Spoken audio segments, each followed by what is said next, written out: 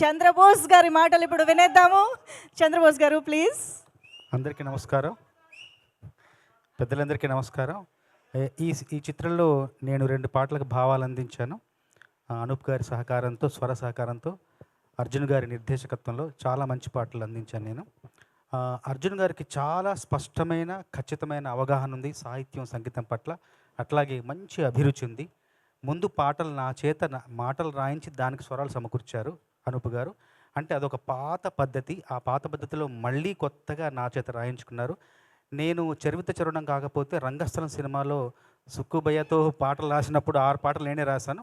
రాయడం కాదు, నేను సుక్కుభయ్య ఇద్దరం వాకింగ్ చేస్తూ నడుచుకుంటూ పాటలు అనేసుకొని ఫోన్లో మళ్ళీ దేవి గారు చెప్పేవాళ్ళం. దేవి గారు ఆ రాసిన భావాలకు స్వరాలు సమకూర్చేవారు.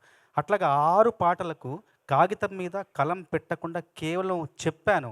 అంటే ఆ పాటలకు రచయితను కాదు, కేవలం వచయితను మాత్రమే. 6 పాటలు వచించాను కాబట్టి అది కొత్త, సరికొత్త అనుభూతి. అట్లాగే ఈ చిత్రంలో కూడా 2 పాటలు రాయలేదు, వచించాను.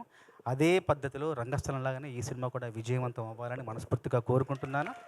తర్వాత ఈ చిత్రంలో కొత్తగా వెండితెరకు పరిచయం అవుతున్న ఐశ్వర్య, నిరంజన్, వీళ్ళిద్దరికి కూడా మంచి భవిష్యత్తు ఉండాలి. వెండితెర అనేది ఎప్పుడు పుష్పక విమానం లాంటిది. ఎంతమంది అధిరోహించినా మళ్ళీ ఖాళీ స్థలం ఉంటూనే ఉంటుంది. వీళ్ళకు కూడా ఆ పుష్పక విమానాన్ని అధిరోహించిన మీ పయనం కూడా, మీ సినీ జీవన పయనం కూడా అద్భుతంగా, విజయవంతంగా పూర్తవ్వాలని మనస్ఫూర్తిగా ఆశిస్తున్నాను, ఆశీర్వదిస్తున్నాను. అందరికీ ధన్యవాదాలు.